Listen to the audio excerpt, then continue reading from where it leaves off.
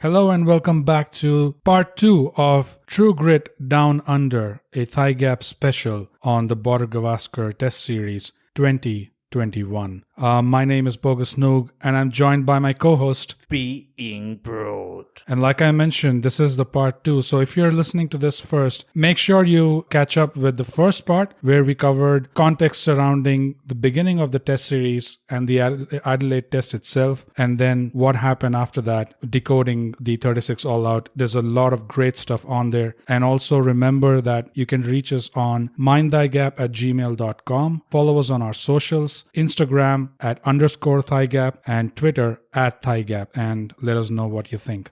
All right, Brute, welcome back to the part 2 of the great special we're doing. Yeah, Bogus, the honor is yours for having me here. So please, tell me. Tell me. For once, okay, tell me, how are you feeling? This is what I'll tell you, Brute. One of the biggest reasons why someone should even spare time to listen to this series is over the multiple parts that we're going to do in this special, you will see that we're going to cover and talk about things that were not really covered in depth by others. They didn't do justice. And there were a lot of important things, significant things that were left unsaid from the Indian side, from the Australian context, that would have great impact for both countries in the coming days. And that is why I think we need to go straight to the topic. Absolutely. So we're done with Adelaide, Brute. Yep.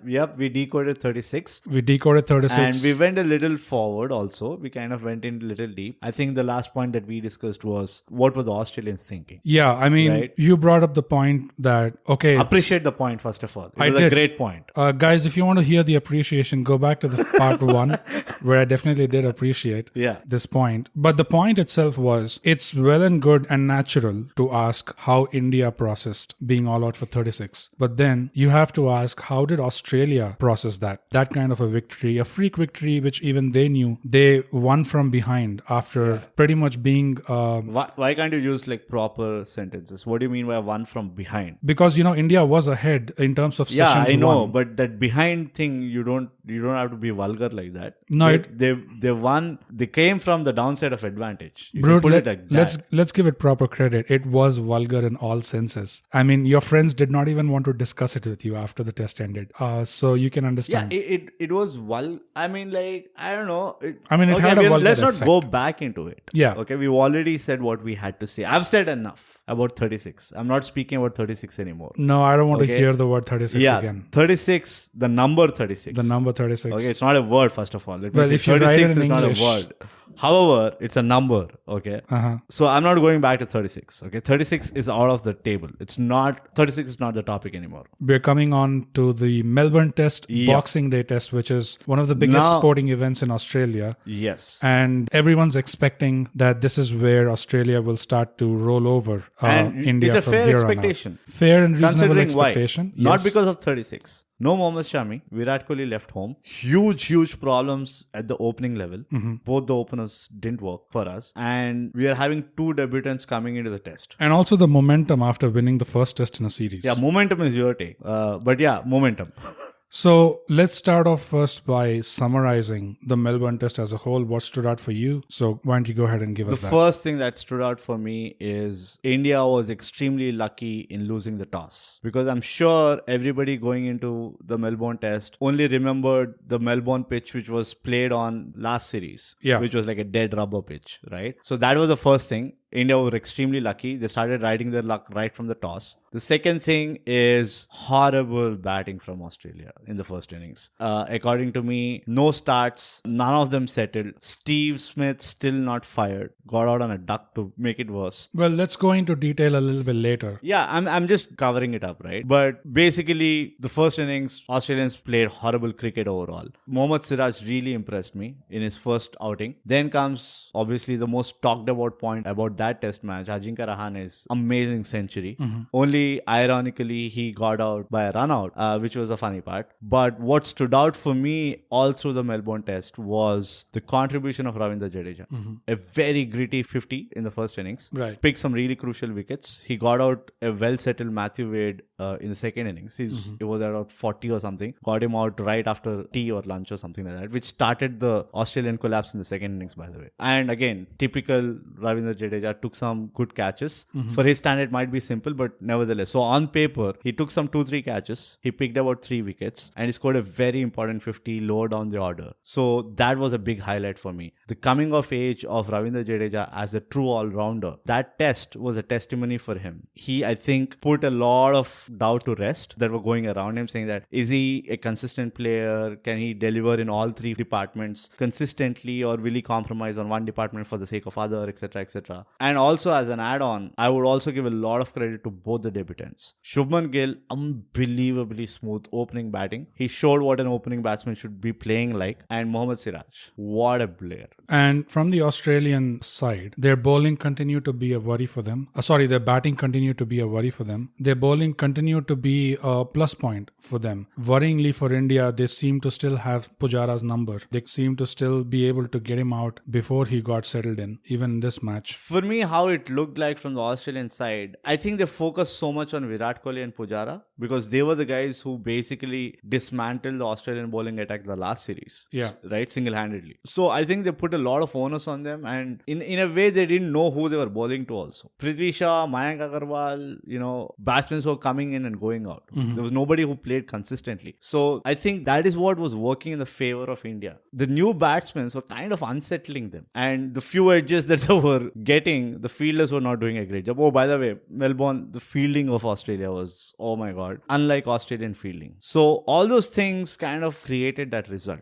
But what it definitely did at the end of the test match was, this is my personal take. I was like, okay, something doesn't seem to be right. At that point, I was not able to put my finger on whether it's amazing Indian playing or was there a lackluster Australian play. All right. So that's summary view of the Melbourne test as a whole. But now let's start picking it apart. So we have the toss, which we were very lucky to use. And the pitch did not turn out as we expected. It was a drop-in pitch that was bouncing well. It was spinning well. And Australia started batting first, and of course Joe Burns is just having the worst series ever. But once again, see, how I look at Joe Burns is I think he played really decently well before. See, again, I'm not quite sure about his record, but if you ask me, they should have given him some more time. Being the only specialist opener, they should have given him some more time, just like how they did it with Steve Smith. Again, Steve Smith comes with a different caliber altogether, right? But you got to show faith in your players, right? Same thing with Matthew Wade for me. He opened the first innings.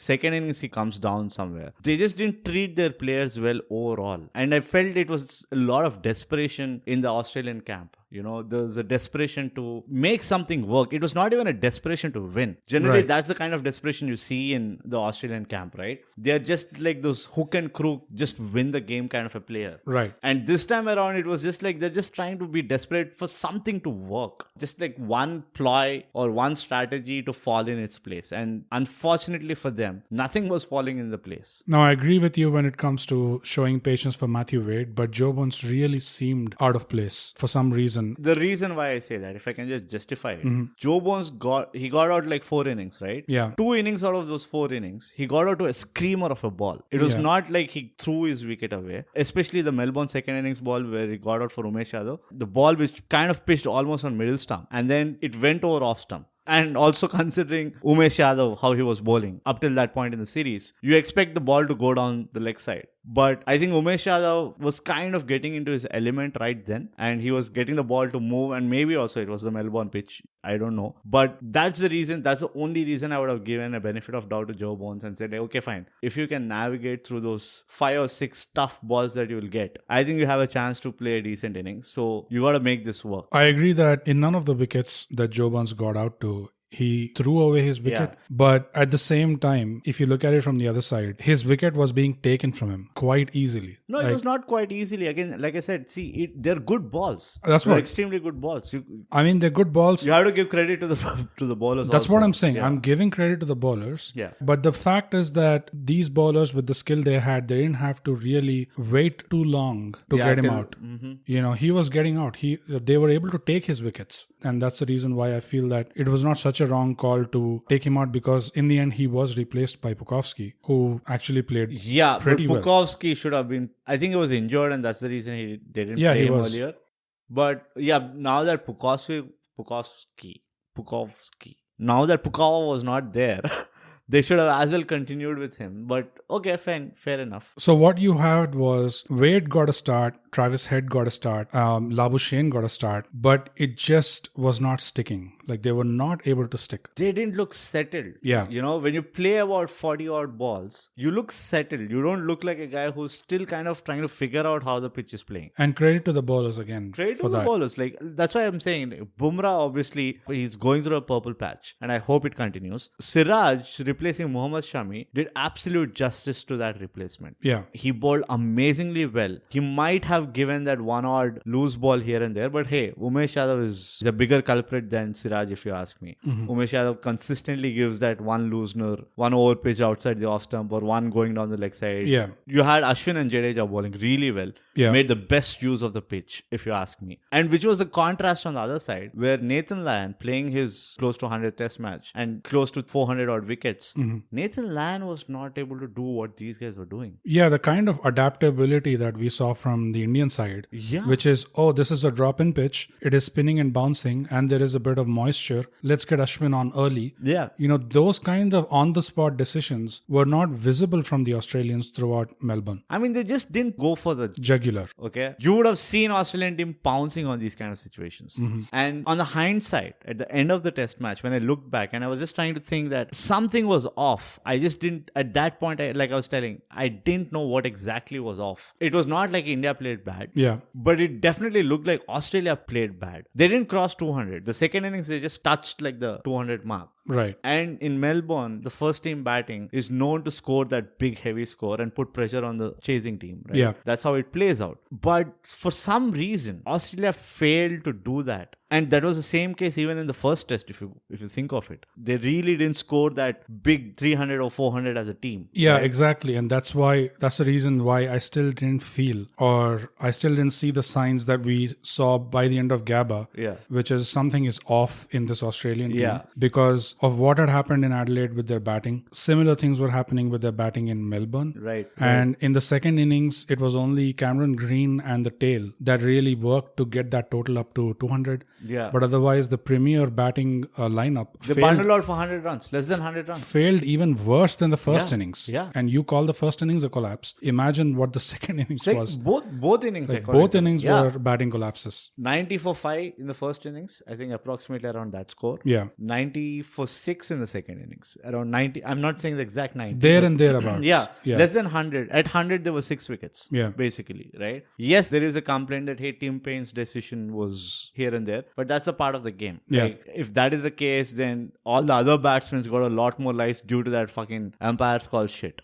Right? Well, there were 2 instances, and we'll get to umpire's call in a bit. Yeah, but I'm just telling that Australia has nobody to blame for their batting collapse. And for me, it is a collapse. Your batsmen are bundled out for less than 100 runs. In my books, that's a batting collapse. And at the end of the day, who were they really banking on in their batting lineup? They were banking on Smith, they were banking on Marnus Labuschagne, and they were banking on Tim Payne to an extent. And what happens? Smith, like you said, fails both innings. Labuschagne in the first innings gets to a 48, but then is denied a 50 by Indian bowling attack. Siraj. And first debut wicket. Yeah, and then in the second innings, he gets out about a 28 odd. Yeah, once again, I think Siraj, beautiful ball, gets caught in the slip. And Tim Payne, just comes up short in both innings again. He is not able to put up that sort of innings or even time on the field. It was not possible for him. So that was pretty much the Australian batting. And the bowling, as we know, still is what carried them to whatever extent they went to.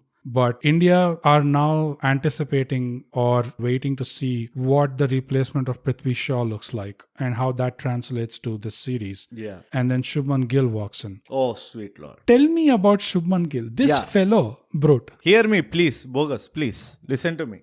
You know how I saw Shubman Gill? He was a more compact and a more technical version of Virendra Sehwag. I mean, he was not defending the ball too much. He was still attacking the bowlers. He went for his shots. In fact, I think after his first innings dismissal in the press conference, he was like, I feel bad because I missed out on a scoring opportunity because I felt I could score on that ball. Right. And that's a great attitude to have right up top, right? Being an opening batsman in a test scenario. Yeah. Technically supremely sound. He can change gears really quickly, which is a very difficult thing to do in test match, right? Not a lot of batsmen, unless of very high caliber, do that. And even in the, about 100 odd chase or whatever we chased in the second innings, he almost went run a ball. Yeah. Right? He scored like 39, 40 or something of about 44, 45 balls, like give or take. That's great intent seen right there. The thing that I noticed the most, which I liked the most, it didn't look like he was playing his first test match. Yeah, I was just going to say the same thing. He was so comfortable at the crease. He was so confident. He was not kind of taken over by the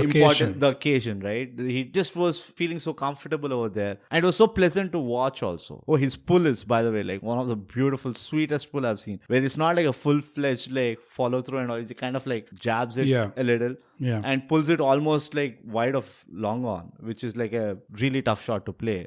And also his back foot drive shots. The punch shots. Oh, beautiful. So in general, he looked a lot more compact. He didn't look like a guy who would give you a wicket easily.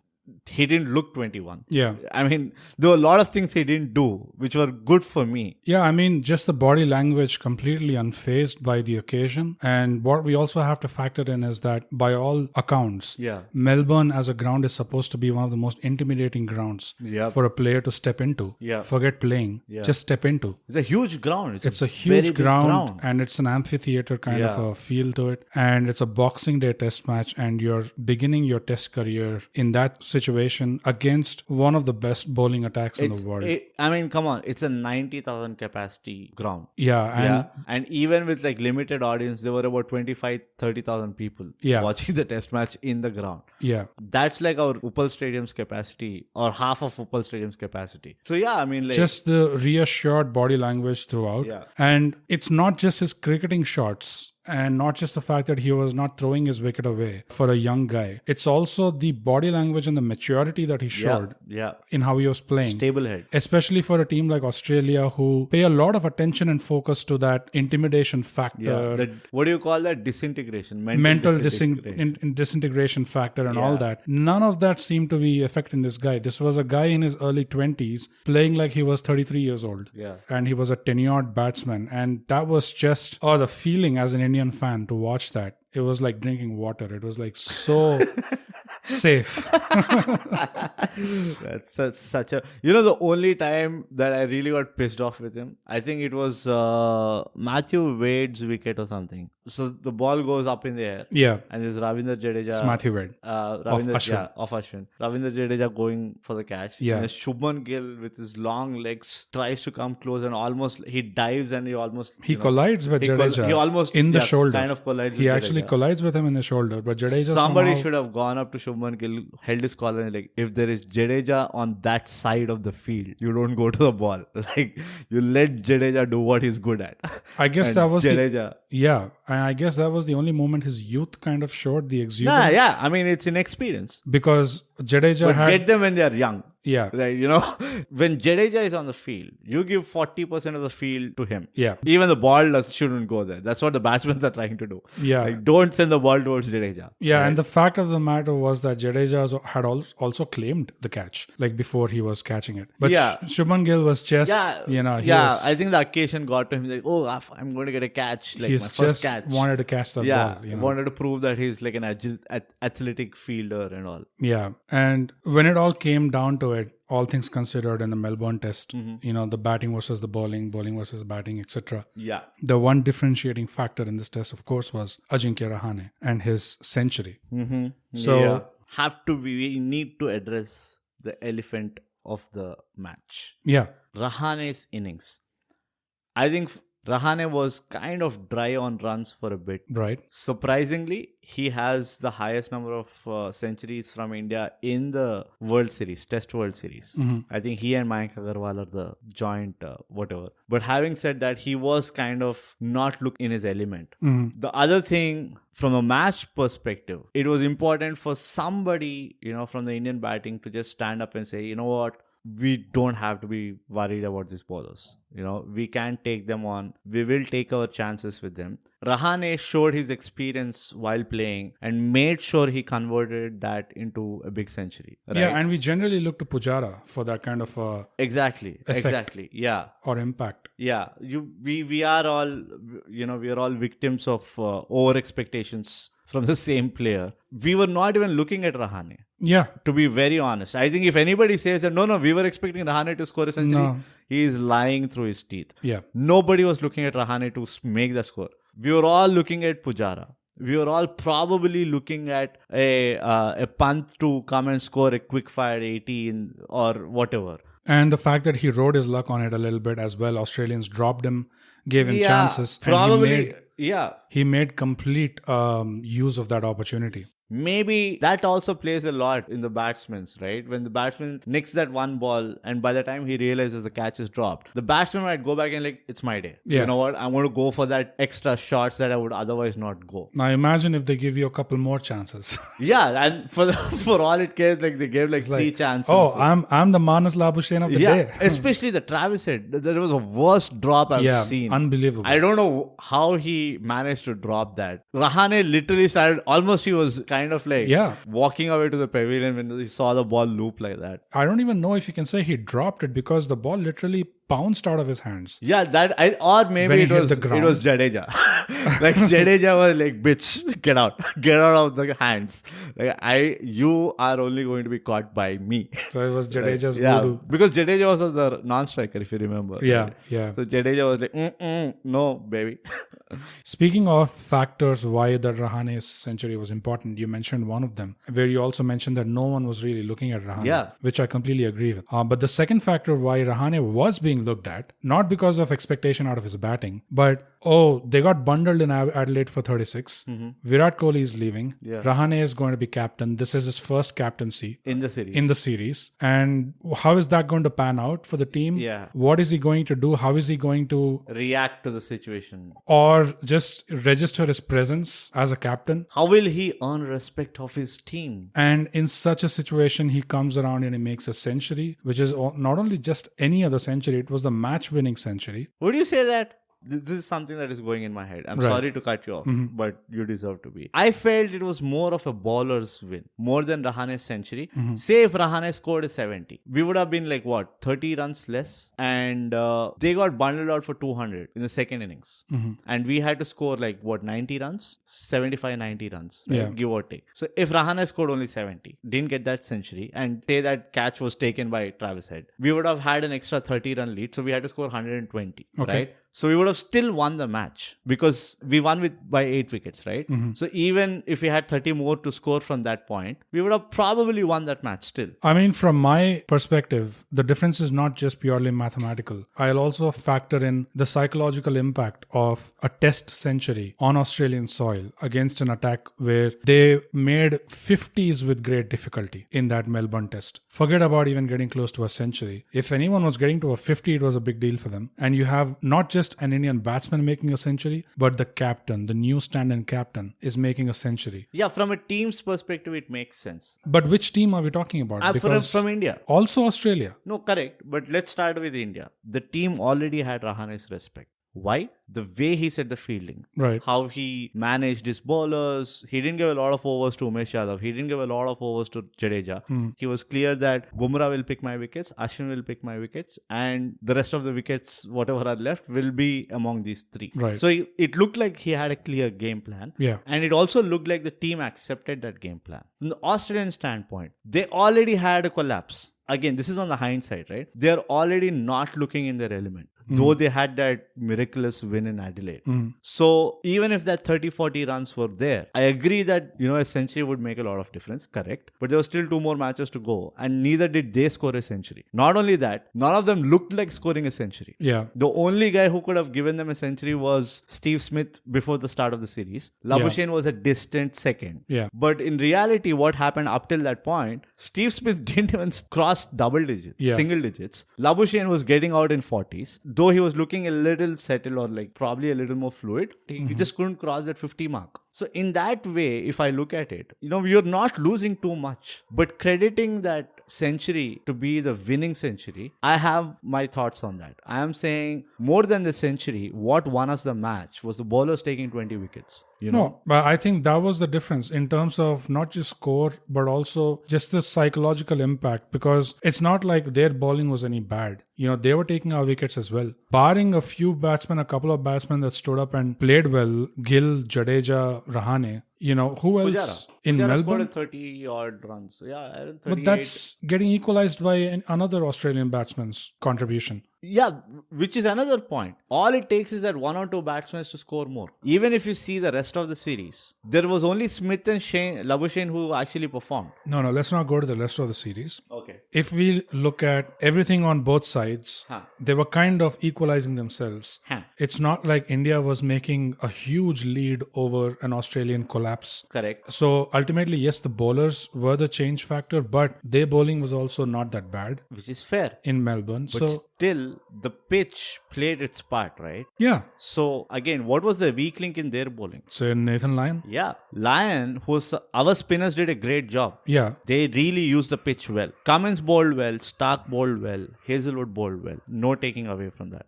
But look at the number of overs Nathan Lyon bowled. And he didn't get proper wickets. That's where Indian batsmen kind of capitalized. In our bowling attack, the reason why I appreciate Mohammad Siraj so much is he was the only weak link. He was a new guy. But still, he didn't leak runs. He didn't allow batsmen to settle. I agree. So in that sense, for me, it was more of a bowler's game, bowler's win for me. And okay, I might be biased towards bowlers also. I'm a bowler. But I'm not taking away anything again from Rahane. My only thing is the way people are saying that it's a match-winning century. I don't know if it's a match-winning century. Okay, I'm just trying to explain why I call it a match-winning century. It's undeniable that anytime you're having a result in a test match, the bowlers have a big hand in it, right? Because otherwise, it's tough. You've got to take those 20 wickets in order to force a result on a test match in most cases. So if you just took Rahane's century out of the scoreboard and if you tallied batting versus batting, wickets versus wickets on both sides, it was pretty much equalizing. Like there was no point where India was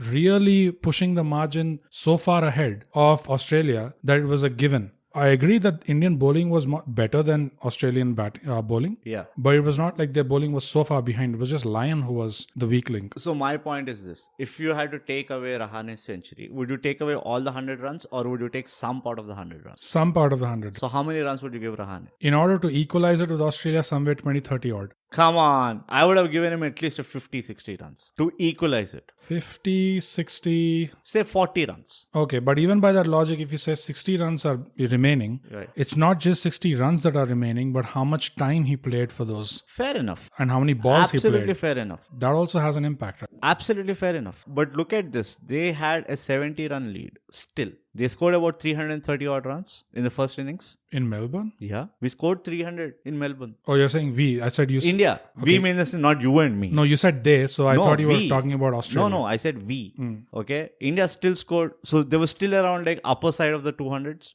We still were having about say like 60-70 runs of lead. Right. Now subtract that 60-70 runs from the second innings total of Australia. Right. That's about 140. Anything below 200 as a fourth inning target, we are winning that match. That's how I'm making the math. I'm not saying that century, did it make a statement? It has all the credibility that century has. All I'm saying is, I might not, and it's a completely subjective take, right? I don't think we should spend too much. I think we already spent a lot of time on this. But I'm just saying that match-winning innings or match-winning century, I'm not quite sure. Okay. That's all. I rest my case, Your Honor. Now, this match is also where we first started seeing our bittersweet relationship with the DRS umpire's call. I'm not commenting. Why not? I hate what they've done with the DRS. It's not like they did something new. It's just that in this test, again and again it came up, where there was one of Ashwin's wickets where DRS showed it to be bouncing way above the stumps. Yeah. And it didn't look like that from... No, so here is the point. That part I'll buy. Okay, I'll tell you why. So do you know what is the whole mechanism that goes behind DRS? Please don't go into that now. No, can I just give like a one-liner? I don't care. Okay, give a one-liner. Okay, so the trajectory of the ball, how it is anticipated is by taking more number of points to draw the graph. So essentially, back in the day, how it used to happen is they would not have multiple frames. So today, what they're using for DRS specifically, it's a 300 frame per second camera. Okay. That's the number of points that you're getting per second, right? So if you take half a second, you have 150 points to identify where the ball is moving. So they have a better accuracy in terms of calculating the trajectory. That's all. I don't buy it at all. And that was way more than one line, by the way. Yeah, obviously.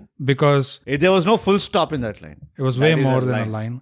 But the reason why I don't buy it is because no matter how many points and how much slow motion and how many equations you're cramming into a DRS situation to say that it is accurate, are you really factoring in for different pitches, different bounce on that day? So even I was under the same impression, but I've read upon it about how these things are actually working today. Okay. And apparently there are about, I think, 60 parameters that it takes into consideration. Age of the ball, the dampness of the wicket or the moisture in the air, all those things. And then it basically comes to the result of the trajectory or the simulation after hitting the pad. I find that so hard to believe. Like, who's feeding in these values about dampness of the wicket? Values that are changing through the day. Yeah. So again, see, from that, what you say is absolutely right. Day 1 to day 5, as you know, the pitch deteriorates. Yeah. Who's factoring all this into it? Isn't the umpire the best judge to say on this day, in this situation, that ball would have bounced over the wicket or under the wicket? Apparently not. Yeah, apparently not. Because hence the DRS.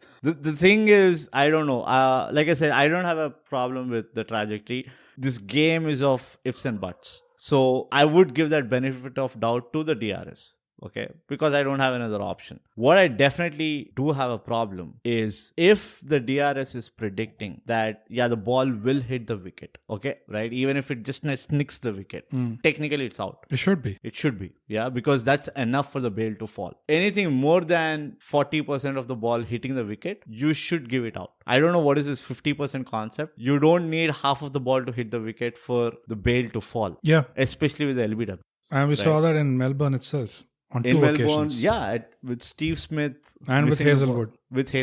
Hazelwood, though, come on, he left the ball. He left. Yeah, right? He left it, but it clipped. It just hit the bail and it flew off. Yeah, but it was like, okay, fine. Even Hazelwood. The stumps did not move an inch. It's just the bail it hit and it flew off. Yeah, okay. I'll give the Hazelwood wicket also. And Steve Smith's wicket where Bumrah got him from behind his legs. It just kissed the stump. Bumrah didn't even see the bail falling. Yeah. Literally he was appealing till his lungs gave out. And then somebody had to tap him by the way, bro, it's a bold. Yeah. So, it takes away the beauty of the game. It is taking away the beauty of the game. And I'm speaking it from a standpoint of not being an Indian or anything. Because if that rule was not there, Pujara also would have been given out earlier in his innings at Sydney. Australia also had enough opportunities that went down. Correct, right? So it has to be black and white. You're using technology to give more accuracy to the decisions. Then you better stand on one side of the ground. You can't put one foot on both sides and say I'll see which side I want to jump depending on whatever is a human call. The end result is so undesirable because it's sort of a Schrodinger's cat kind of a situation, which in this case it is more like a Schrodinger's wicket. Yeah. Which Schrodinger was a philosopher or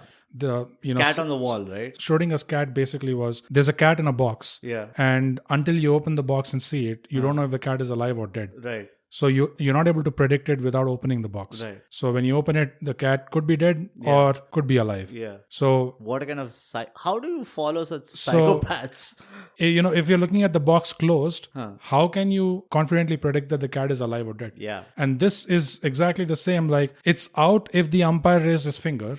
And it's umpire's call. But the same thing if the umpire did not raise his finger for whatever reason, it's not out. Yeah, if you want to give credibility to the umpire, then remove the whole LBW equation from DRS. You can't contest an umpire's call for an LBW. Remove that. I think what you mean is remove just the wickets hitting, not hitting part. But pitching in line, impact outside off stump. If you want to check on that, fair enough. Just those two factors, and also that's it. Did it touch the bat or not? Yeah, did it touch the bat or not? Because sometimes it happens that, batsmen adjust the ball onto the pads and umpires miss that. Yeah. So if the batsman is really confident that, the ball edged my bat, I hit the ball first, then he can kind of go back because that's a human error which you can correct easily. Yeah. Right? So that's a fair thing. But the whole simulation part and then the complication upon that. Back, it was very simple. It was either missing or it was hitting. It's as simple as that. Yeah. Now, there was a certain percentage or, whatever for it to be considered as a proper hitting the wicket. Still fine.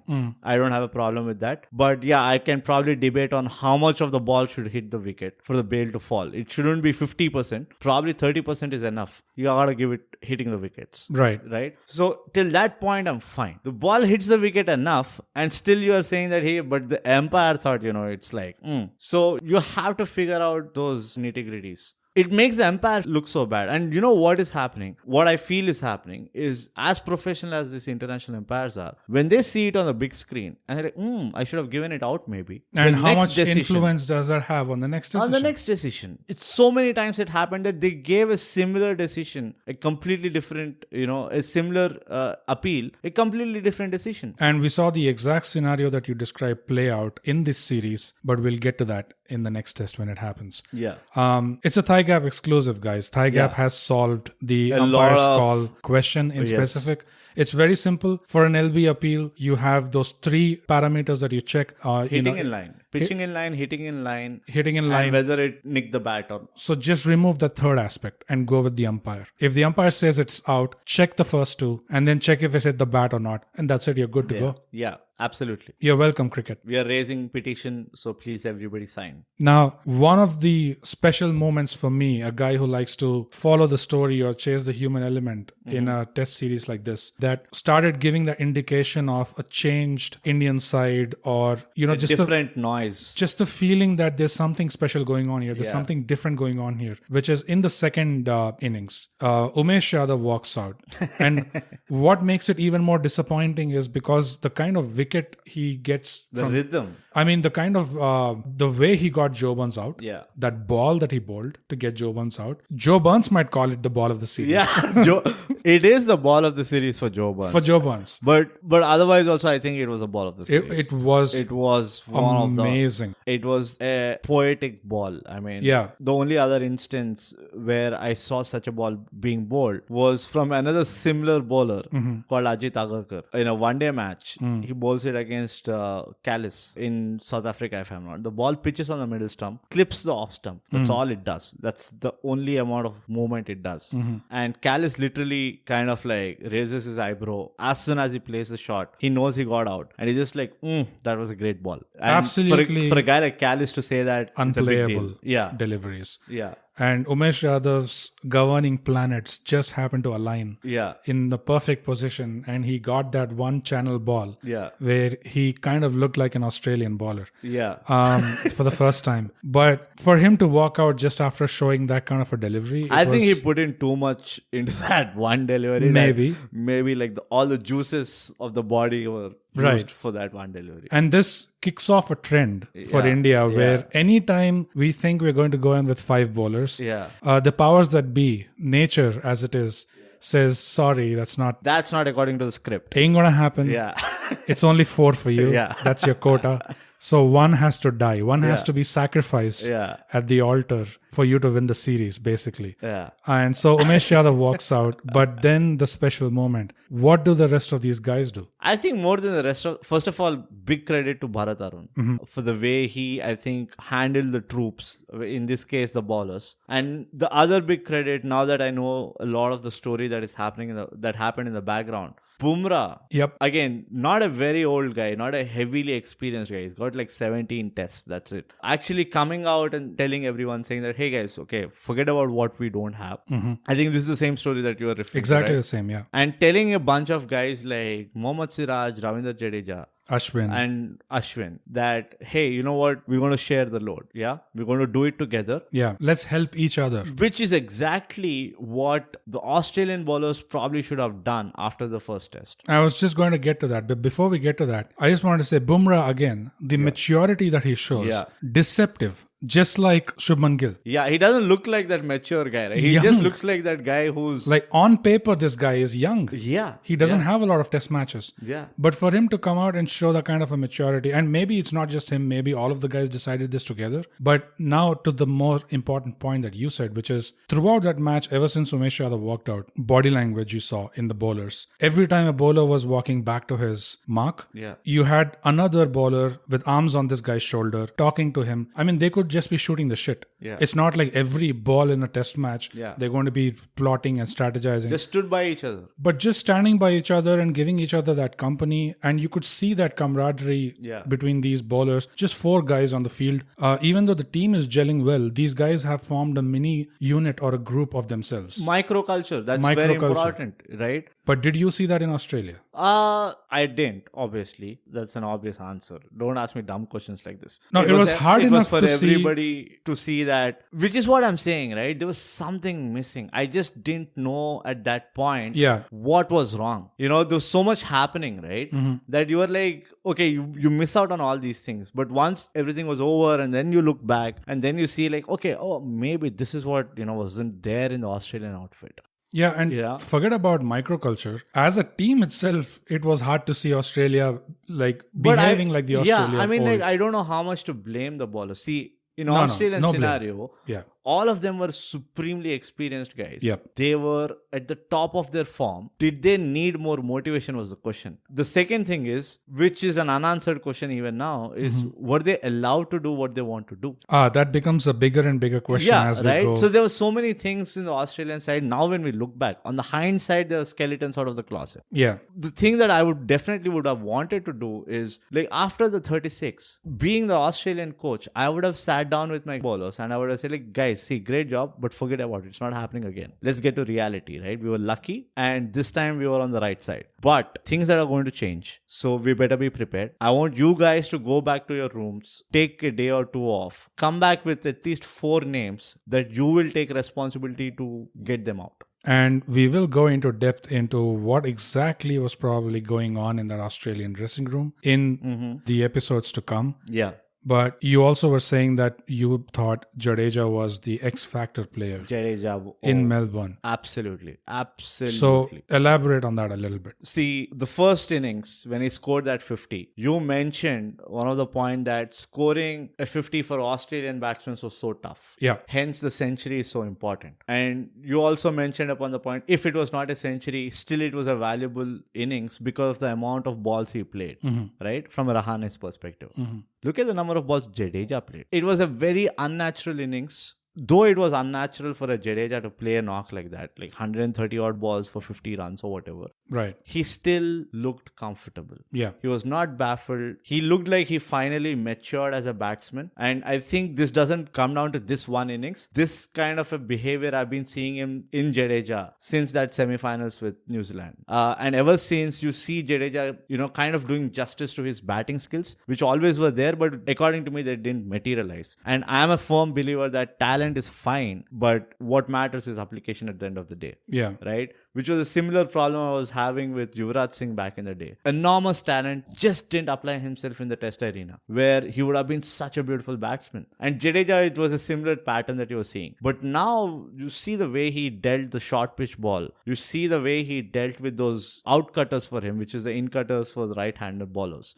You see, you know what? This is what makes Indian lower order strong. Now, imagine a Jadeja and Pant together. And we have seen that in the last series. Yeah. When they scored 200 odd runs, right? In the 7th and 8th wicket partnership. Yeah. That is what you need. It's not just that 50 runs he scored. Add on another 20 runs to that because he saves those runs in the field. Yes. Add on another 20 runs because he allows that 1 or 2 run-outs that happen, which otherwise would not happen because of his rocket throw or how he reaches to the ball faster, or so many things, right? Yeah. A guy like Jadeja is really important for any team, if you ask me. Every team should work on grooming a candidate like Jadeja. He never looked uncomfortable until Mitchell Starc decided to change his strategy, which was a winning strategy for him in the end. So credit to Starc for that. He bowled really well to Jadeja and he really got him locked in until he tried to whack one, which again, he really did whack it well. He did whack one. He just lost out on the second. He just found the fielder. Yeah. But runs, wickets, fielding, run-outs. For someone who was described as a bits and pieces player, he just came back and showed that you put all those bits and pieces together, you're getting 360 degrees. Yeah. And I don't think that stands true. That didn't stand true back then. I know. And it just is basically now stuck off from the wall or the paper, wherever it is written. I don't think it has stuck off. I think that from one side, it's gone and stuck to the other end now, which is why I take great pleasure in keep bringing that word again and again, because now it's hitting the other side. Yeah. Every time you bring up bits and pieces, it's not really going towards Jadeja. Yeah, anymore. It's going more towards the creator of that quote. Yeah. That quote, yeah. Yeah, the only thing I would question Jadeja on is probably his hair, which is in some series it seems so straight, but in other series it is so curly that you can't imagine how it was straight and how he maintained it. Please. But nothing on cricketing terms. Yeah. Please We are talking professional cricket here. Okay, don't comment on dashing suits and rippling muscles. I know, but my point is just to illustrate that as far as this game is concerned, he's a human. God damn it. There is nothing to question him on as far as this game is concerned. Nothing at all. It's absolutely holistic.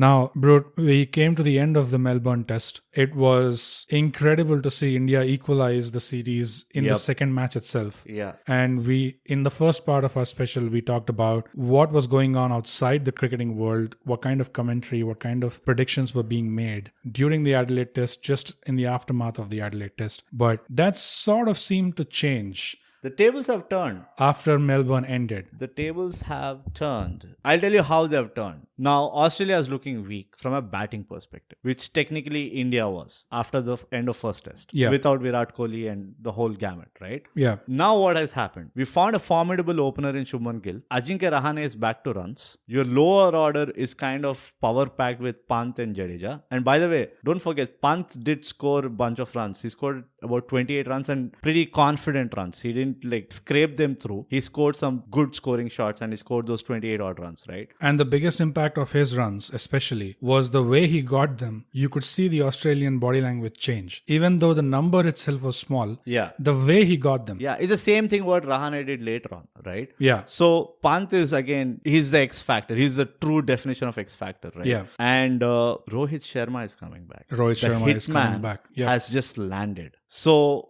more questions towards Australian batting now. Now look at the bowling. Umesh Yadav, just when he was hitting his rhythm, gets injured. Now we have to get in a new bowler. So who do we bring? We bring Navdeep Saini, who was technically the first pick before Siraj, but because of, how he was playing in the warm-up matches and all that, Siraj got a nod ahead. But still, Saini brings in that extra yard of pace. So we are technically not losing out on pace. Yeah. Because he bowls almost the same pace of Umesh Yadav. And Saini is actually pretty handy with the bat. He is not a guy who generally gives away his wicket that easy, right? So you also kind of get some, wagging in the tail, more wagging power in the tail. Right. But the biggest plus is the hitman is coming back. Yes. So that's how the tables have turned. And most importantly, the series stands 1-1. With India coming back to win the second test by 8 wickets. Comprehensively. Which was exactly the margin that Australia had won the first test by. Absolutely. 8 wickets versus 8 wickets. And to sum it up, 2 back-to-back batting collapses of Australia. Lot of uncertainty. Smith still didn't take off. Only bright light is Matthew Wade.